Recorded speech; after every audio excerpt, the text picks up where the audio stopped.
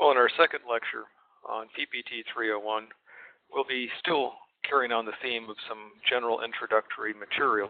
Keep in mind again that physiologists look at molecular interactions as well as they do at cellular and tissue interactions.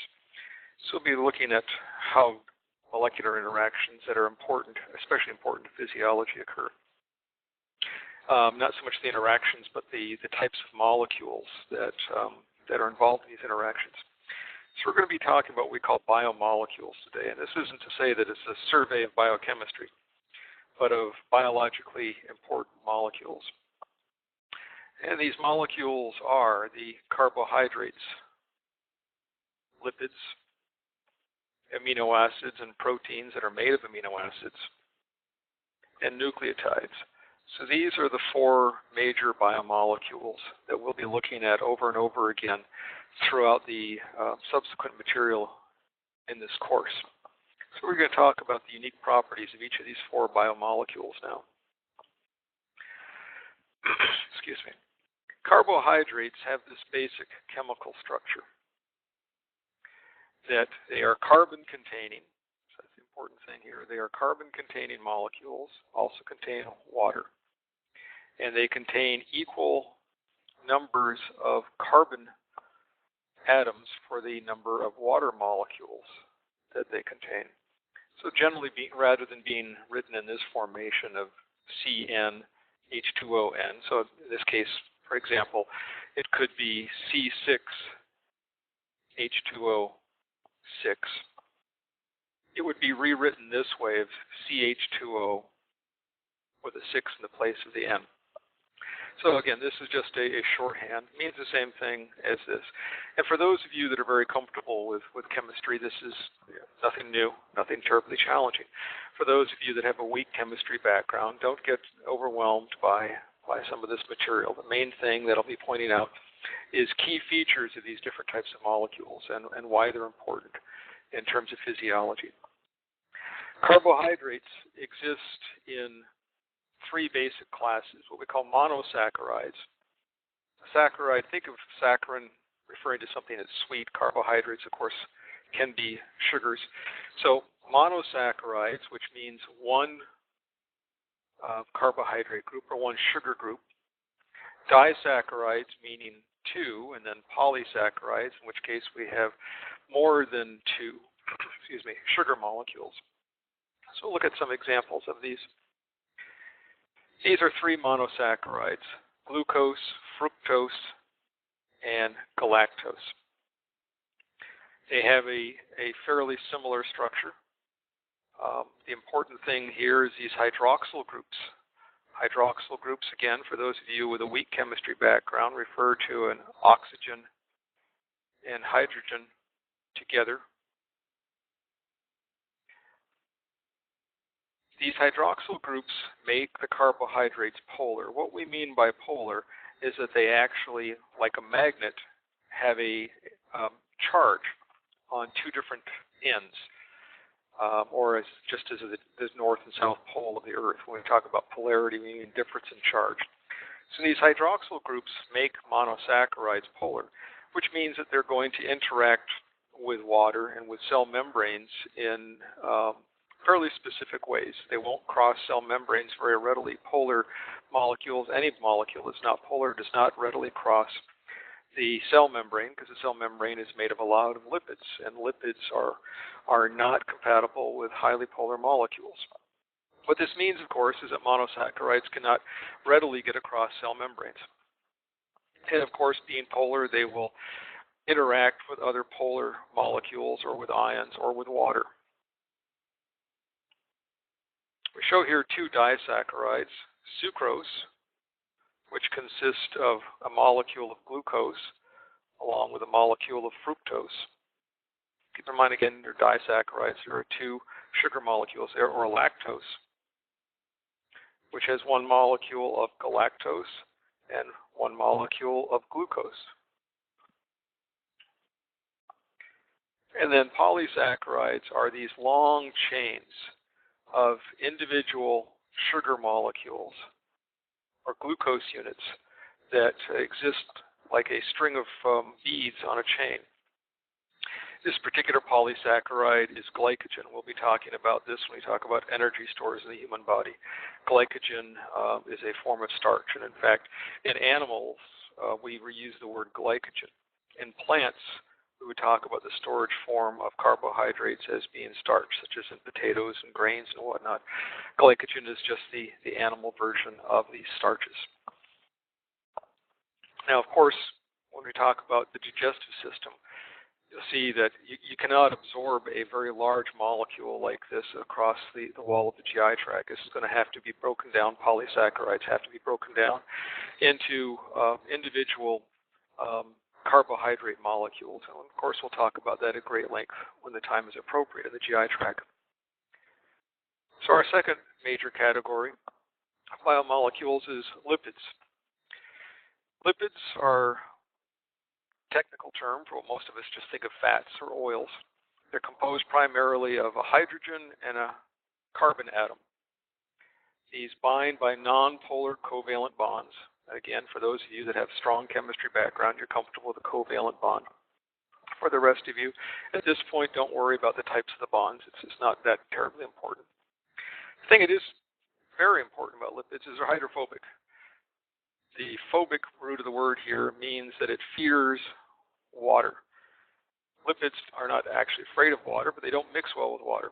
Think about a bottle of, say, salad dressing, something like Italian salad dressing. You know that it separates into the oily half and the non-oily half. Well, that's because lipids are hydrophobic. They don't mix well with water. Which means that any lipid molecule is not going to interact well with the aqueous fluid compartments in the body. They will interact very well with cell membranes, which have a lot of lipid in them. There are four major classes of lipids that we'll be talking about here. These are the triglycerides. We'll talk about each of these in detail in a moment, but the triglycerides, phospholipids, which are very important in terms of cell membranes, eicosanoids, and steroids. So we'll be talking about each of these four in the subsequent slides.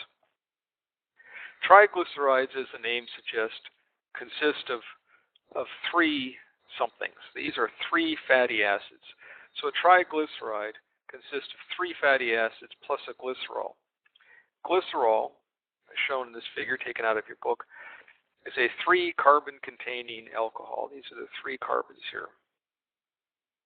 And again, if you don't have a strong chemistry background, don't worry about what we mean by an alcohol. But glycerol is an alcohol. Alcohol, if you think about whenever you've seen either rubbing alcohol or alcohol that you drink, it mixes very readily with water. So the glycerol is not hydrophobic. The part of a triglyceride, and keep in mind this is a lipid, that is hydrophobic are fatty acid chains here. Either this one that's shown here or this lower one. These are the fatty acids that we're referring to. These are the part that have the hydrophobic properties. A fatty acid is just a long carbon chain. So we have many, many carbons here in this chain. Likewise down here in this particular one. So these have many, many carbons in them. They're called saturated fatty acids if we have these consistent types of bonds forming between these components versus a different type of bond that forms between these components in unsaturated fatty acids. Again, for those of you with a weak chemistry background, you need not worry so much about what these bonds are about. Just the idea that saturated and unsaturated fatty acids refers to the nature of the bonds that are within these molecules. Fatty acid chains are what make the triglycerides hydrophobic. That's the important thing to take out of this.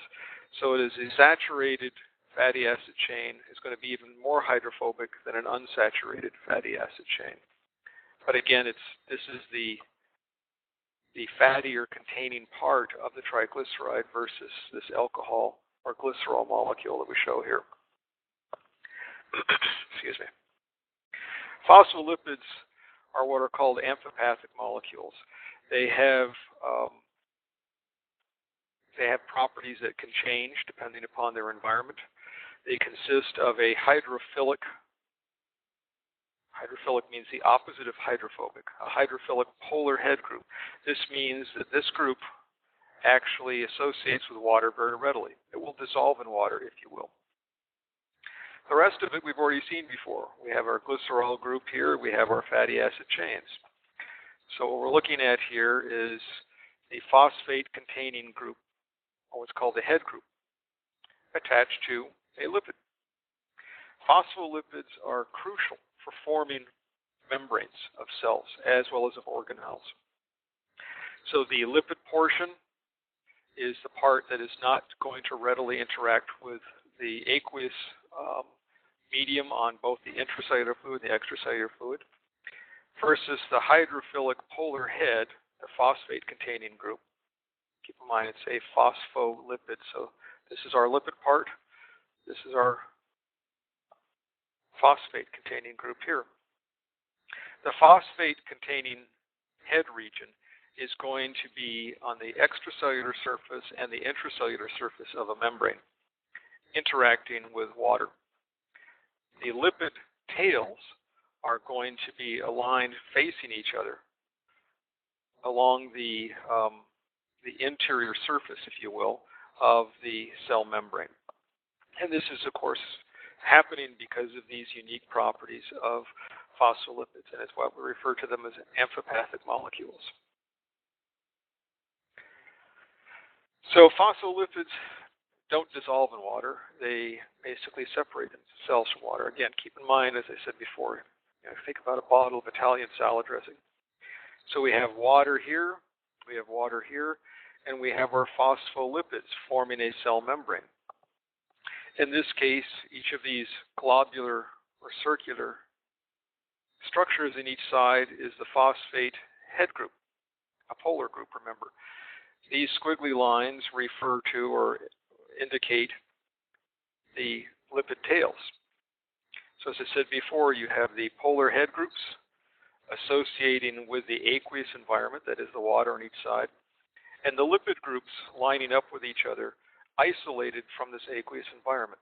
So this example here, the so-called phospholipid bilayer, think of it as just a small piece of a cell membrane. The structure we're showing here is what's called a micelle or mycele. Under certain circumstances, when we have a very small amount of phospholipids present, and also as occurs when we're digesting food, a lot of the lipids in our diet that we're ingesting actually will be forming a mycele before we ingest them. These stay in this circular or spherical pattern because there's not enough lipid molecules to move out and form the phospholipid bilayer. So this mycele is something that's a small droplet of lipid, and it's one that generally is fairly easily going to cross the cell membrane and be incorporated into it. But these are the two types of structures that are formed by phospholipids in an aqueous environment, a phospholipid bilayer or a micelle. Eicosanoids are a fairly unique and fairly recently discovered grouping within lipids. The ico refers to the fact that there are 20 carbons. Now you can't see all 20 of them right here. There's 1, 2, 3, 4, 5, 6, 7, 8, 9, 10, 11, 12, 13, 14, 15. The other 5 are located here within this ring-like structure. Again, if you have a weak chemistry background, don't fret yourselves about why it has this particular structure and what all of these different bonds indicate. The important thing about the eicosanoids is that in most cases they're involved in processes that produce inflammation in the human body. And when we talk about the immune system, we'll talk about inflammation and what we call inflammatory mediators or substances that produce inflammation. Eicosanoids tend to be classified as these inflammatory mediators. Specific examples you'll hear of substances later on we'll talk about is prostaglandins or thromboxanes or leukotrienes. These are specific examples of eicosanoids. Another class of lipids is the steroids. The term steroid itself, many people misconstrue to thinking that it has something to do with sexual function. The word steroid merely means that these molecules were derived from cholesterol. And cholesterol, of course, most of you have heard, is something that's in our diet. Many of us eat too much of it. But a steroid refers to a molecule that is derived from cholesterol, which is also a lipid. Steroids have fairly complicated ring-like structures as shown here. In this particular example, we're showing cholesterol, and cholesterol gets broken down into other steroids. Another example here is testosterone, by enzymes that break off some of these different side groups that you see here. But you see, we still maintain the basic cholesterol backbone in the testosterone molecule. Steroids, because they're lipids, readily cross cell membranes. And that's something we'll see when we talk about signaling molecules fairly shortly, is that these are important because any signal molecule, such as a hormone that is a steroid, readily crosses the cell membrane so that it can get into the cell and affect cell function very, very easily. Another class of biomolecules, and one that we're going to spend a great deal of time talking about, at least during the rest of the semester, are proteins. Proteins are polymers of amino acid. What we mean by a polymer is that it is made up of many, many individual amino acids. So proteins are polymers of amino acids. Amino acids are the building blocks of proteins, of course. Since proteins are polymers of amino acid, that stands to reason. There are 20 different kinds of amino acids. So that means there are numerous kinds of proteins because, of course, each protein is going to be made up of different numbering of amino acids in a different sequence. And again, the term polymer just means that we have a chemical chain of molecules. Within these molecules of amino acid, I have to talk a little bit about some terminology here. First of all, amino acid has an amino group. This refers to the fact that it's nitrogen, contains nitrogen, and a couple of hydrogen ions here. Also contains a carboxyl group. Carboxyl group has a carbon, a hydroxyl group, and an oxygen.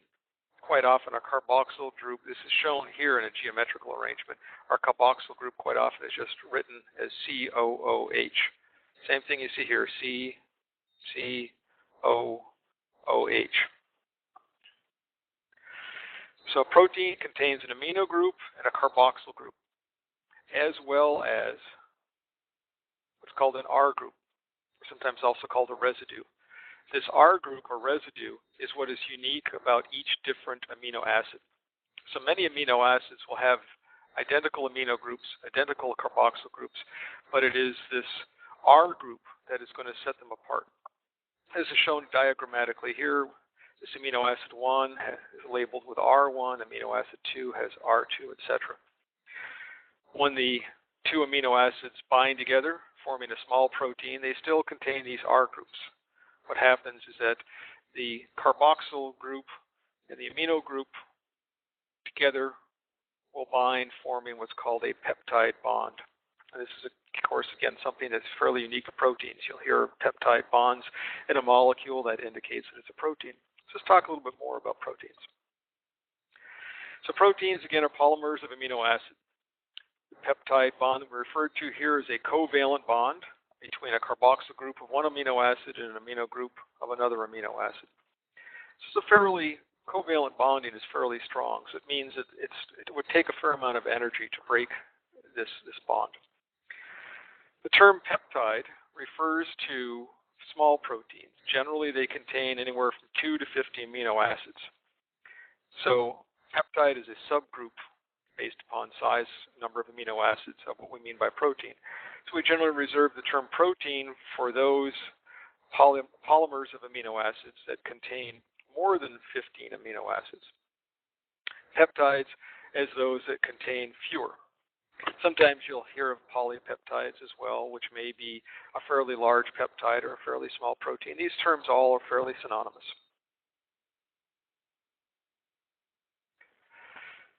Now we're beginning to get into the really important part of protein here. There are 4 levels of protein structure. That's primary, secondary, tertiary, and quaternary. I'll show each of these images here in a little bit more detail on some more slides. But basically, the primary structure is what we've shown in previous slides. We have the different amino acids forming this polymer, this chain-like structure. And we call this the primary structure because it's the first level of organization within proteins. The nature of the different interactions of the components of these different amino acids basically are going to cause them to do one of several things. They're either going to coil, as shown here, forming a helix, very much like a telephone cord does in an old-fashioned telephone, or to align in these sort of zigzag arrangements that generally line up with each other, forming plates or sheets of amino acids, or in this case of proteins. Now notice both of these have kinks. We either have these coils here or these kinks that we've drawn here. These are going to make these molecules start bending in on themselves, forming a tertiary structure, which is what we're showing here. Notice that the tertiary structure contains portions of the secondary structure that are very clear, this helical coil. And then this zigzag showing here by the arrows represents this sheet-like structure. So the tertiary structure is not necessarily all of one or the other type of secondary structure. It can be portions that are some of each, and then we can have in a protein other areas that are very different from the secondary structure that we saw before. And this, I know, seems fairly confusing, but it's the reason why proteins can be very different in terms of their behavior, is how they're bent. All of these different loops and squiggles and whatnot alters the three-dimensional shape that a protein can have, and that shape affects its function. Think about it.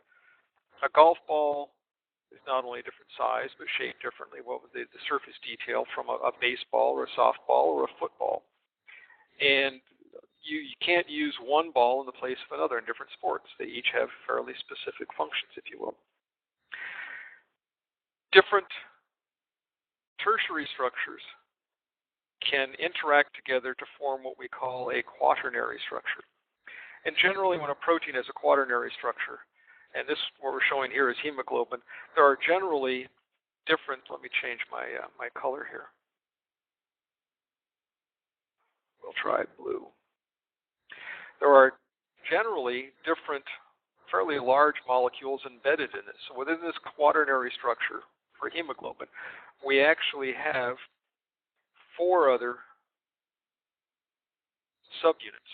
Now don't make the mistake of assuming that means that the quater part here refers to 4, that a quaternary structure is always going to have 4 subunits, such as we have here for hemoglobin. That is not the case. The logic behind the naming is that we have a primary, secondary, tertiary, or third order structure. So therefore, the next level is a 4th order or quaternary. It has nothing to do with the number of subunits that are contained within the protein, which is to say there will be other proteins whose quaternary structure has more than 4 or fewer than 4 subunits. It is these 4 different levels of a protein structure that will dictate their function. So that's something that's very, very important. Protein structure is what dictates its function. It's what makes one protein behave differently than another one. So look at these different levels of organization here. The primary protein structure is basically a simple chain of amino acids, and it is dictated by the peptide bonds that form between the different amino acids. So depending upon which type of amino acid you have, it'll have minor differences in the type of the protein bond. But that difference in that bond is going to affect the way those molecules can move with relation to each other, giving us our secondary protein structure. Secondary protein structure is due largely to hydrogen bonding between the amino hydrogen of one amino acid and the carboxyl oxygen of another. So it is hydrogen bonding that is causing either what's called here the alpha helix or the beta pleated sheets type of structure. So these are the two main types of secondary structure, these alpha helices and beta pleated sheets. Now, again, the form dictates structure. So you would expect that something that forms this little coil type of structure is more likely to form a filament or a strand than something that forms this larger sheet-like structure, which is more likely to form a sheet-like structure in terms of some organ function. And in fact, that's the case. Now, the tertiary structure is, again, interactions that are possible because of the secondary structure. And in this case, we have bends and loops that are forming here. If you notice, with all these different loops, there's twists and whatnot. It gets pretty complicated. It looks sort of tangled up. These are due to the chemical interactions between these different R groups that we referred to. So the different R groups are going to form different interactions between each other, which are going to give different types of shapes within the protein chain itself. So we're going to have several different types of bonds that can affect these. The ionic bonds, as the name suggests, bonds between ions or charged particles. These are very strong. They exist between ions, and one atom is going to lose an electron to another one. This is one reason why these bonds are so strong. Another type of interaction we can have is what's called van der Waals forces. These are very weak. They're fairly nonspecific. They occur between one atom's nucleus and another atom's electrons. Hydrogen bonding, which is fairly weak, and exists exclusively between hydrogen, oxygen, nitrogen, or fluorine. But of course, water, which there's lots of water in the body, contains both hydrogen and oxygen. So water is going to have a fair amount of hydrogen bonding interaction with other molecules. And then what we call covalent bonding, we talked about that before. One particular example that occurs a lot in protein is what's called the disulfide bridge, where two atoms share electrons. Now again, if you have a weak science or chemistry background, you could find these different bonds overwhelming. It's not as important as understanding the fact that the shape of the molecule dictates its function. That's the key thing. For those of you who have a strong chemistry background, you can probably more readily appreciate how these shapes occur based upon these types of bonding. Finally, we get to the quaternary protein structure, and this is, of course, the most important. It's the highest level of organization. Basically, it's a formation of a protein with more than one polypeptide chain. So as I said before, in this particular example of hemoglobin, we have 4 different polypeptide chains. I happen to know where they are, so I can draw my little lines around them. For those of you that have never seen hemoglobin before, you might not readily appreciate these 4 different subgroups. But these are 4 different polypeptide chains together working as a unified structure to form one molecule of hemoglobin. And again, it is the shape of the molecule that allows hemoglobin to do what it does so readily. It has binding sites for 4 molecules of oxygen, as shown here. Actually, what I'm drawing in my circles around are the heme groups that causes hemoglobin to function this way. These heme groups are the essential part of the oxygen-binding molecule. And again, it is the shape of this molecule that allows hemoglobin to do what it does so well. Now, I said before in the secondary structure, that, the alpha helix versus the beta sheet, that you could see where they would have different types of preferred final structure. Well, collagen, which is a highly fibrous tissue, is made up of proteins that tend to have an alpha helix type of an arrangement. It's what allows them to sort of coil around each other so nicely. And if you think about this structure is really not so different from a piece of rope or a piece of steel cable. And it's what gives it so much strength, is all of these different filaments weaving in and around each other magnify the strength of it. Something such as myoglobin, similar to hemoglobin, but it exists in muscle, has a very different shape. It's not going to have a structure that allows it to do things that contribute to strength of tissues at all. It's going to actually work better in binding other molecules, such as oxygen.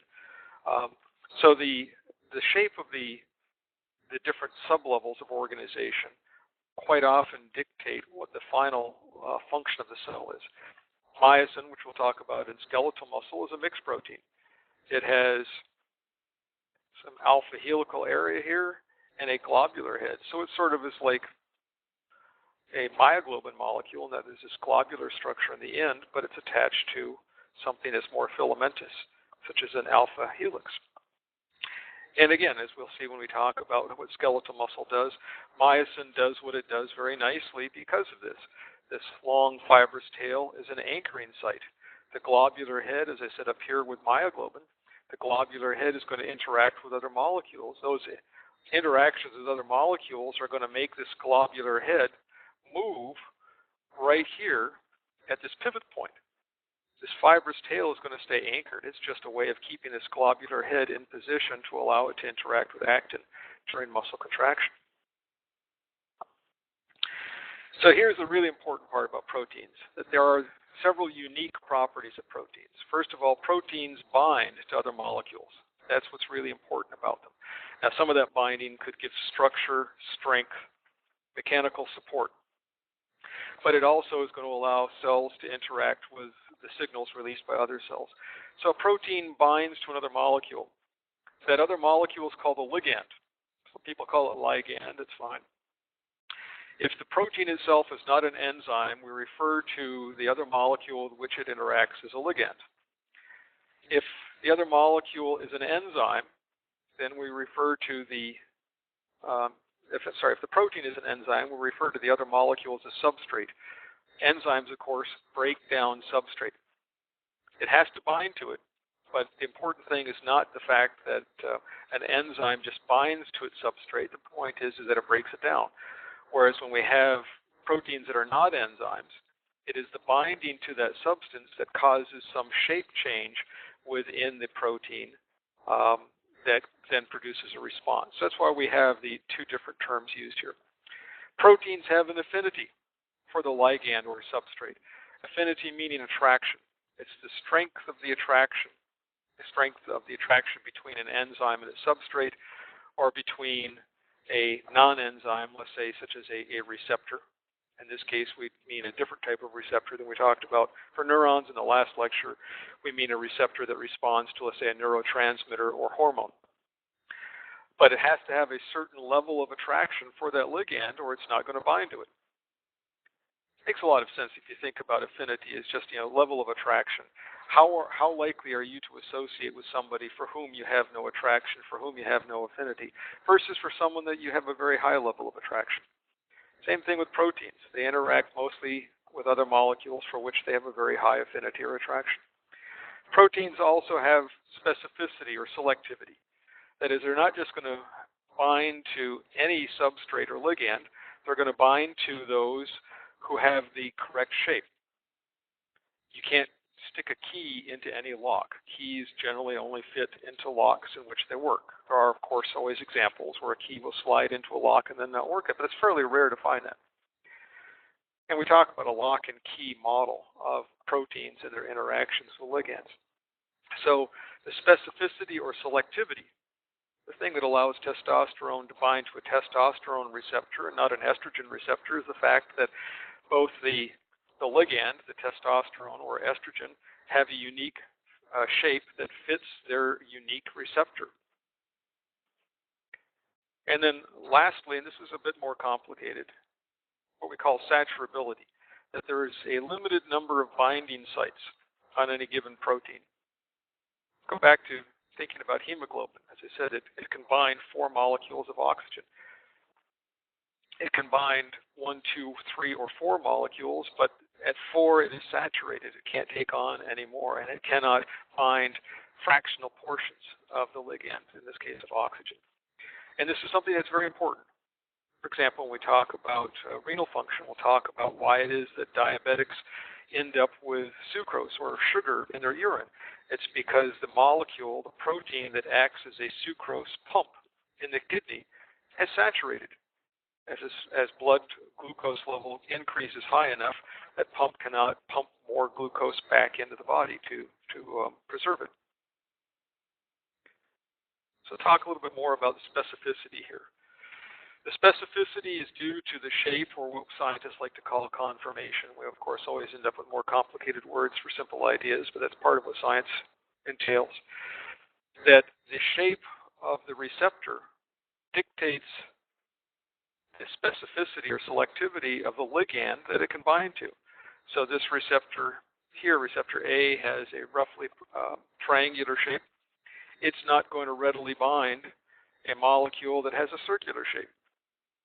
This circular shape just is not going to go in here and fit nice and tightly within this sort of triangular shaped spot. So the specificity or selectivity is due to the conformation or the shape of both the protein itself as well as its ligand. Binding is concentration dependent. That is, the higher the concentration, the more likely you're going to have binding. If you think about it, let's step back one slide here. If we only have this one molecule of this messenger diffusing around out here in the extracellular fluid, the likelihood of it happening to bump into this receptor and bind there is fairly slow. If, on the other hand, we have many, many identical molecules, the likelihood of any one of them happening to bump into this receptor and bind to it is very high. That is why binding is concentration dependent. So the number of bound molecules of ligand goes up as its own concentration does. That's what's shown here. Low concentration, low number of bindings. High concentration, a high number of bindings. Makes a little bit more sense if you look at this diagram in terms of we have our enzyme. Remember, again, it's a protein. Could be a receptor. We just happen to be talking about enzymes in this diagram. And its substrate. That if you have more concentration of substrate, many, many molecules here, they are more likely to just randomly bump into these enzyme molecules and interact. And of course, molecules do move around randomly. That's the important thing here. It's also important to keep in mind that the concentration of the enzyme is important. That more enzyme molecules also are more likely to increase the level of interaction. So we have this concentration dependence. We generally don't talk about concentration of the enzyme or the receptor. We talk about the concentration of the ligand. And again, that is saturable. So as concentration goes up, we have more and more binding until this flattens out, because we have now bound all of the available binding sites. Here we have 2 binding sites that remain open. Here we have 1. Here we don't have any. All 3 of these binding sites have been taken. So we have flattened off on our binding curve here. So this is going to be a key thing that we keep in mind when we talk about various examples, hormones, neurotransmitters, and such, in terms of binding of ligand to, in those cases, receptors. So the binding is, we've already talked about, it's affected by the concentration, but it's also affected by the affinity. Keep in mind that if we have, let me go back on this previous slide, if we have many of these molecules, in this case, many substrate molecules, but they have very low affinity for the enzyme, they're still not as likely to bind. They're more likely to bind at higher concentration than low concentration, but overall they're still more likely to bind if they have both high concentration and high affinity. So as we see here, these 2 curves are very different. Again, we have the substrate concentration going up, and the reaction rate in this case is the same thing as binding to the enzyme. If the enzyme has a high affinity, as the concentration goes up, of course, the binding goes up, but then it levels off. In fact, it levels off over quite a range of concentrations here. We're showing on this diagram an enzyme with low affinity. So as concentration goes up, it interacts less. The slope of this curve is much shallower than the slope of this curve.